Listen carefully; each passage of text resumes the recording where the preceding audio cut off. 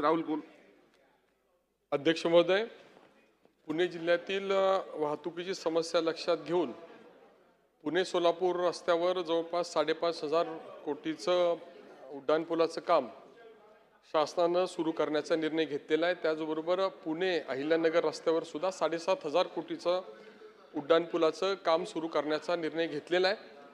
हे रस्त्याची कामं होत असताना त्या भागातील वाहतूक कोंडी ही अजून वाढेल या संदर्भामध्ये माननीय जिल्हाधिकाऱ्यांनी सुद्धा पर्यायी मार्ग सुरू करण्यासंदर्भातली बैठक घेतलेली आहे।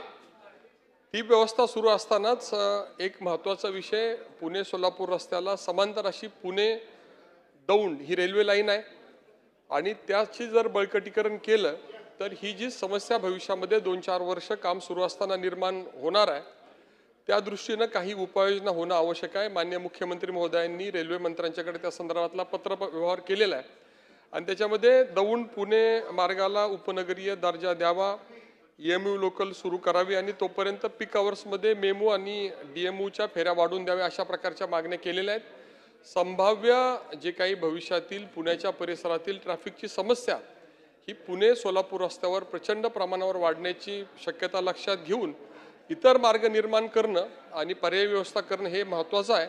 तितकंच या रेल्वेच्या मागण्यासंदर्भामध्ये माननीय जिल्हाधिकारी आणि माननीय शासनानं रेल्वे मंत्रालयाकडे जो पत्रव्यवहार केलेला आहे त्याचा पाठपुरावा करण्यासंदर्भातली विनंती या औचित्याच्या मुद्द्याच्या माध्यमातून मी आपणास करत आहे। धन्यवाद।